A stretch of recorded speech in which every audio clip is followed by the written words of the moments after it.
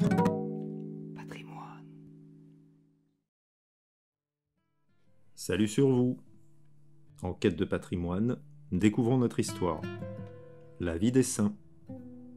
2 juin, nous fêtons la Saint-Pothin et les autres martyrs de Lyon.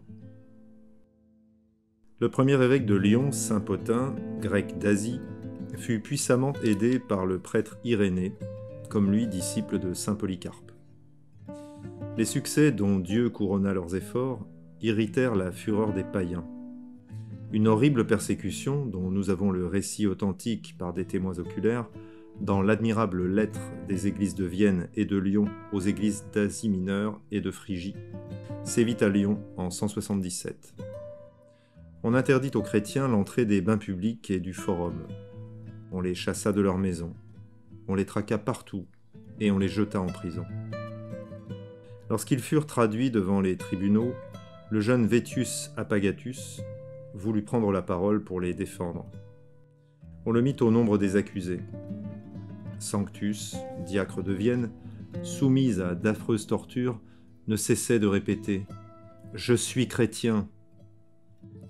Il en fut de même de Maturus, d'Atale, citoyen de Pergame, ville d'Orient, et de Blandine, jeune esclave, qui fit l'admiration de tous les assistants par sa fermeté héroïque. Saint Pothin, âgé de 90 ans, n'avait plus qu'un souffle de vie. Il fut conduit, ou plutôt porté au tribunal. On l'y accabla d'outrages et de coups, et il expira 2 jours après dans sa prison. Les autres martyrs furent conduits à l'amphithéâtre. Presque tous ceux qui avaient d'abord renié leur foi, entre autres Biblis, se déclarèrent chrétiens. Un médecin phrygien, nommé Alexandre, exhortait les confesseurs à la persévérance. Il fut comme eux livré aux bêtes.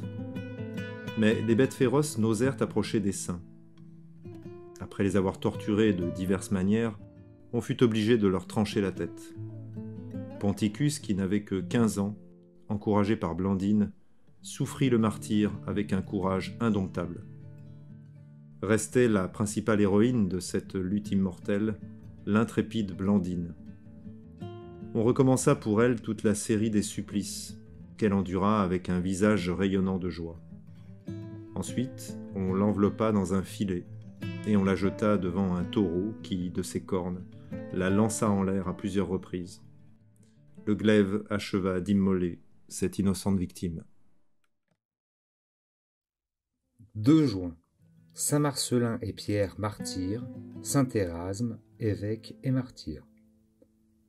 Les saints Marcellin, prêtre, et Pierre, exorciste, furent décapités lors de la grande persécution qui eut lieu sous Dioclétien, vers 303. Pierre fut jeté en prison, où il délivra la fille du geôlier de l'esprit malin qui la tenait enchaînée. Alors le geôlier se convertit avec toute sa famille. Pierre les conduisit au prêtre Marcellin qui les instruisit, les baptisa et les prépara au martyre. Après de nombreux tourments supportés dans la joie et la ferveur, ils eurent la tête tranchée. Leurs corps, miraculeusement retrouvés, furent transférés dans les catacombes. L'empereur Constantin fit bâtir une basilique à cet emplacement et y fit ensuite enterrer sa mère, Sainte Hélène. Leurs noms sont inscrits au canon de la messe. Saint Érasme était évêque en Campanie. Il fut arrosé de plomb fondu, mais n'en ressentit aucun mal. On le revêtit alors d'une tunique d'airain chauffée à blanc, mais il en sortit encore sain et sauf. D'après les actes de son martyre, il fut éventré sous Dioclétien, et c'est pour cela qu'on le représente souvent à côté d'un treuil où sont enroulées ses entrailles.